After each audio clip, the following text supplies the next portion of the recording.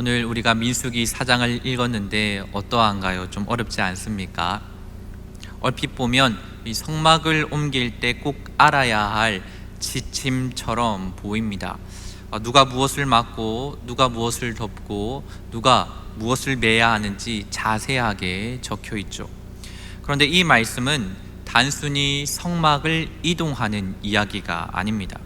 하나님께서 괜히 어렵게 이런 이야기들을 적어 놓으신 것이 아닙니다. 이 말씀 속에서 하나님께서 자기 백성에게, 우리에게 말씀하시고자 하는 의도를 우리가 파악하고 하나님의 마음을 아는 시간 되기를 소망합니다. 특별히 오늘 본문은 하나님께서 얼마나 거룩하신지, 하나님의 속성, 거룩성에 대해서 우리가 살펴볼 수 있습니다. 하나님은 사랑이시고 또 은혜가 풍성하시고 오래 참으시는 분이십니다. 동시에 하나님은 거룩하신 분입니다. 그래서 우리가 하나님의 사랑을 말할 때에도, 은혜를 말할 때에도 우리는 하나님의 거룩하심을 함께 생각을 해야 할 겁니다. 오늘 본문은 바로 그 사실을 우리에게 보여주는데요.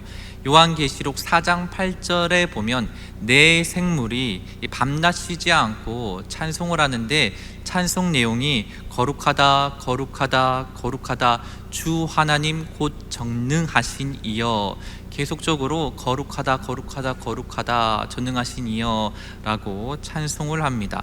그러니까 하나님의 거룩성에 대해서 찬송을 하는 거죠. 그렇다면 어떤 이가 이 거룩하신 하나님 앞에 설 수 있을까요? 모세도 자기 마음대로 하나님 앞에 나아갈 수 없었습니다. 이스라엘 백성도 스스로 하나님을 만날 수 없었죠. 죄 많은 사람들이 어떻게 거룩하신, 흠도 없으신 그 하나님 앞에 설 수 있겠습니까? 그렇다면 죄인이 거룩하신 하나님 앞에 나아갈 수 있는 길은 하나님께서 직접 열어주시는 그 길밖에 없습니다. 하나님께서 자기 백성에게 열어주신 그 길이 오늘 본문 속에 바로 성막입니다. 하나님은 광야 가운데서 성막을 세우시고 거기서 이스라엘 백성들을 만나 주셨죠. 구름이 성막 위에 그대로 있으면 백성들이 그 자리에 머물러 있고, 그 성막 위에 떠오르면 이제 이동할 준비를 하는 거죠. 그러니 성막은 하나님께서 자기 백성과 함께 하신다는 표시였고, 하나님께서 자기 백성의 길을 친히 인도하신다는 그런 은혜의 표시였습니다. 그런데 성막은 아무렇게나 만드는 그런 천막, 텐트가 아니었죠. 하나님께서 말씀하신 대로, 그 크기대로, 그 재료대로 만들어야 했습니다. 성막을 세우는 것도 그렇고 성막에 나아가는 것도 하나님께서 말씀하신 방식대로, 하나님께서 말씀하시는 그 방법대로 나아가야 했습니다. 그래서 하나님께 나아가는 일은 결코 가볍지도 않고 쉽지도 않습니다. 제사장이라 하더라도 하나님이 정하신 방식이 아닌 다른 불로 제사를 드리면 죽습니다. 그러니 성막은 하나님께서 자기 백성을 만나주시는 그런 은혜로운 자리임의 동시에 거룩한 자리였던 것이죠. 오늘 본문에 나오는 고핫 자손들이 바로 이 성막과 관련된 일부 일을 맡았던 사람들입니다. 레위 지파 안에 이 고핫 자손들이 있었는데, 이 사람들이 성막 안에 있는 중요한 기구들을 옮기는 일을 했던 거죠. 옮기는 일. 언제 일을 했습니까? 하나님께서 이스라엘 백성들을 이제 다시 움직이기 시작하실 때, 그러니까 구름이 떠오르면 백성들뿐만 아니라 성막도 이동해야 되잖아요. 그 성막을 이제 메고 가는 사람들이 바로 고핫 자손들이었다는 것입니다. 본문 1절부터 3절입니다. 또 여호와께서 모세와 아론에게 말씀하여 이르시되, 레위 자손 중에서 고핫 자손을 그들의 종족과 조상의 가문에 따라 집계할지니 곧 30세 이상으로 50세까지 회막의 일을 하기 위하여 그 역사에 참가할 만한 모든 자를 계수하라. 고핫 자손을 세어라, 수를 세어라 라고 하는데, 아무나 계수하지 않고 30세 이상 50세까지 회막의 직무를 감당할 수 있는 사람을 계수하라고 하시죠. 그리고 4절입니다. 고앗 자손이 이 회막 안의 지성물에 대하여 할 일은 이러하니라. 지성물이라고 했는데 거룩한 물건을 가리키죠. 성막 안에서도 특별히 구별된 겁니다. 증거궤, 진설병, 잔, 등잔대, 금제단, 번제단과 그에 딸린 기구들입니다. 그런데 이 고앗 자손이 곧바로 들어가서 그것들을 정리하는 것이 아닙니다. 먼저 누가 들어갑니까? 바로 아론과 그의 아들들이 들어갑니다. 그러니까 제사장들이 가장 먼저 들어갑니다. 성막을 이동할 때. 5절입니다. 진영이 전진할 때 아론과 그의 아들들이 들어가서, 제사장들이라고 했습니다. 그 제사장들이 뭘 합니까? 먼저 들어가서 증거궤를 휘장으로 덮습니다. 그 위에 해달의 가죽으로 덮고 그 위에 순청색 보자기로 덮습니다.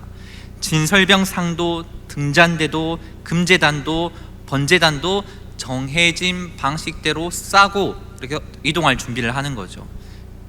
하나님이 명령하신 방식대로 하나씩 감싸고 또 덮습니다. 아론과 그의 아들들, 제사장들이 먼저 말이죠. 이 고앗 자손들이 아무리 힘이 좋아도, 아무리 빨리 움직여가지고 이 일을 빨리 끝낼 수 있는 능력이 있다 하더라도 제사장들이 먼저 덮는 이 일을 마치지 않으면 아무것도 할 수 없습니다. 그러니까 일이 쉽겠습니까? 어렵겠습니까? 어렵습니다. 군대에 다녀오신 분들은 아시겠지만 이 쑥영이라는 훈련이 있지 않습니까? 텐트 하나 치고 걷고 하는 일 여간 쉽지 않죠. 텐트 치고 침낭 펴고 이 장비 정리하고 또 이동할 때가 되면 그것들을 다시 신속하게 걷어내야 합니다. 제가 군대에서 혹한기 훈련을 받을 때였습니다. 이 눈이 얼마나 많이 오든지 저는 그런 눈을 본 적이 한 번도 없습니다. 너무 많이 와서 새벽에 텐트가 눈 무게를 이기지 못해서 무너졌습니다. 결국 자다가 그 눈을 맞고 일어나서 눈을 털고 다시 정리했던 기억이 있습니다. 그럴 때는 정말 빠릿빠릿해야 됩니다. 느릿느릿하면 안 됩니다. 아무리 차분한 성격이라 하더라도 그때만큼은 불이 나게 확 해야 됩니다. 그리고 각자 맡은 일을 하죠. 저는 이 다 정리한 다음에 다시 이제 막사로 가가지고 동상 환자들을 보곤 했습니다. 또 군대에는 5분 대기조 훈련이 있죠. 명령이 떨어지면 5분 안에 바로 출동해야 하는 훈련입니다. 군대 갔다 온 지 20년이 넘었는데도 이 5분 대기조 이 얘기만 들으면 조금 긴장이 됩니다. 그 5분을 위해서 장비를 아주 며칠 전부터 준비를 해야 되고 복장도 정리해두고 언제든지 움직일 수 있도록 합니다. 언제 이 5분 훈련이 비상시에 하니까 터질지 모르니까 준비를 해야 합니다. 오늘 본문의 고앗 자손들도 어떻게 보면 대기를 하고 있는 겁니다. 성물을 메고 옮겨야 할 이 사람들이 대기하고 있습니다. 그런데 이들이 빨리 움직이고 싶다고 해서 이 성막 안에 들어갈 수 있습니까? 성막에 들어가서 저 제사장들 빨리 좀 해주십시오 할 수 있습니까? 없습니다. 제사장들이 먼저 들어가야 합니다. 하나님이 명령하신 대로 성물을 덮고 싸고 준비해야 됩니다. 멋대로 보일 수 없습니다. 죽습니다. 이 일이 끝난 뒤에야 고앗 자손들이 와서 매일 수가 있는 거예요. 더 답답한 것은 무엇이냐면 그들이 가장 거룩한 것을 옮기지만 그것을 볼 수 없다는 겁니다. 줄쳐 볼 수 없죠. 맡은 일은 너무나도 대단한 일인데 이것을 만질 수도 없습니다. 우리가 옮길 건데 한번 보면 안 됩니까? 만져봅시다. 안 됩니다. 그럴 수 없습니다. 죽습니다. 15절입니다. 진영을 떠날 때에 아론과 그의 아들들이 성소와 성소의 모든 기구 덮는 일을 마치거든 고앗 자손들이 와서 맬 것이니라. 그러나 성물은 만지지 말라. 그들이 죽으리라.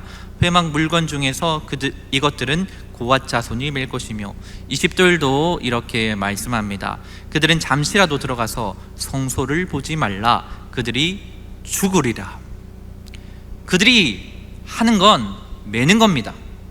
그래서 보지도 못하고 만지지도 못합니다. 왜 그렇습니까? 하나님께서 그것들을 거룩하게 구별하셨기 때문입니다. 거룩하신 하나님을 만나는 방법 죄인이 정할 수 없습니다. 이거 왜 이렇게 불공평합니까? 우리 열심히 쎄빠지게 일을 했는데 왜 우리는 볼 수도 없고 만질 수도 없습니까? 말할 수 없습니다. 하나님을 만나는 방법은 하나님께서 정하시는 겁니다. 그래서 신앙생활하는 우리도 하나님 말씀대로, 하나님 방식대로 해야 되지 않을까요?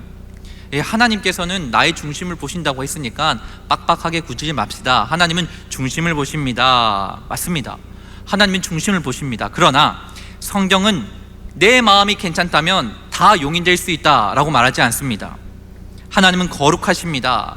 그러니까 하나님은 하나님 앞에서는 내 방식이 아니라 하나님의 방식이 중요합니다. 그래서 우리가 성경책을 끼고 보는 것입니다. 성막을 만들 때도 그렇지 않습니까? 성막은 하나님께서 만드신 그 방법, 그래서 성경을 보면 아주 많은 분량의 이 성막 만드는 그 재료들, 그 방법, 순서, 하나님께서 보여주신 그 설계대로 지어야 했습니다. 그러니 성막 안에 성물들을 옮기는 일도 아무렇게나 할 수 있는 것이 아니라 하나님께서 정하신 방식대로 하는 거죠. 그런데 이 말씀을 계속 보다 보면 조금 마음이 무겁습니다. 하나님 앞에 나아가는 일이 이렇게 힘든 일인가? 기쁜 일이어야 하는데 참 무겁다. 조금만 잘못해도 죽으면 이 어찌 억울한 죽음인가 말인가, 이런 생각도 종종 들기도 합니다. 그래서 우리는 18절과 19절을 함께 볼 수 있었으면 좋겠습니다. 18절 19절입니다. 너희는 고핫 족속의 지파를 레위인 중에서 끊어지게 하지 말지니 그들이 지성물에 접근할 때 그들의 생명을 보존하고 죽지 않게 하기 위하여 이같이 하라. 하나님이 너네 죽는다라고 끝이지 않고 죽지 않게 하기 위하여 이렇게 하라라고 말씀하십니다. 그들의 생명을 보존하라라고 말씀하시죠. 하나님께서 보지 말라, 만지지 말라 그러면서 제사장들이 먼저 덮게 하신 이유가 무엇입니까? 우리를 살리시기 위해서, 우리를 죽게 하지 않게 하기 위해서. 하나님의 명령은 우리를 살리려고 주신 겁니다. 하나님께서 하지 말라고 하실 때가 있죠. 기다리라고 하실 때가 있죠. 새벽에 나와서 열심히 기도하는데 하나님께서 응답해 주시는 그 시간이 너무 길어질 때가 있죠. 그러나 그 말씀 안에는 우리를 지키려는 하나님의 마음이 있는 줄 믿으시기 바랍니다. 죄를 멀리해라. 왜 그렇습니까? 죄가 우리를 죽이기 때문입니다. 거룩하라. 우리를 살리기 위해서입니다. 아이가 차도를 뛰어가려고 할 때 부모가 손을 잡습니다. 땡기죠. 엄청 세게 땡깁니다. 애가 팔이 멍이 들도록 땡깁니다. 아이가 아파서 아빠 왜 이래? 아빠 왜 이래? 아빠 나 사랑하지 않는 것 같아. 괴롭히는 게 아니라 살리려고 하는 겁니다. 하나님의 말씀도 그렇습니다. 때로는 우리를 멈추게 합니다. 안 돼. 거기 가지 마. 기다리게 하실 때도 있습니다. 기다려. 우리가 원하는 대로 응답하지 않으실 때도 있습니다. 하나님 편에서는 그것이 우리를 살리는 은혜인 겁니다. 하나님은 이스라엘 백성을 살리시기 위해서 성막을 주시고 제사장을 세워주시고 이 제사를 통해서 하나님께 나아갈 수 있는 길을 열어주셨습니다. 하나님께 나아갈 수 있습니다. 그러나 마음대로 내 방식대로 나아갈 수 없는 거죠. 하나님께서 열어주신 그 방법대로만 나아갈 수 있습니다. 이 고핫 자손도 제사장이 먼저 들어간다고 했습니다. 제사장이 먼저 덮어야 그 다음에 멜 수가 있는 거죠. 하나님이 정하신 질서가 있다는 말입니다. 이걸 보면서 우리는 무엇을 깨달을 수 있습니까? 죄인이 거룩한 하나님께 나아가려면 중보자가 필요하다는 겁니다. 우리를 덮어줄 분이 필요합니다. 우리 앞에서 먼저 일하실 분이 필요합니다. 감당할 수 없는 죄와 죽음의 이 너무나도 어려운 이 문제를 대신 짊어줄 중보자가 필요하다는 말입니다.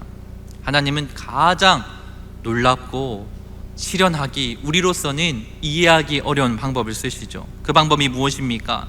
우리가 거룩한 성물을 매는 겁니까?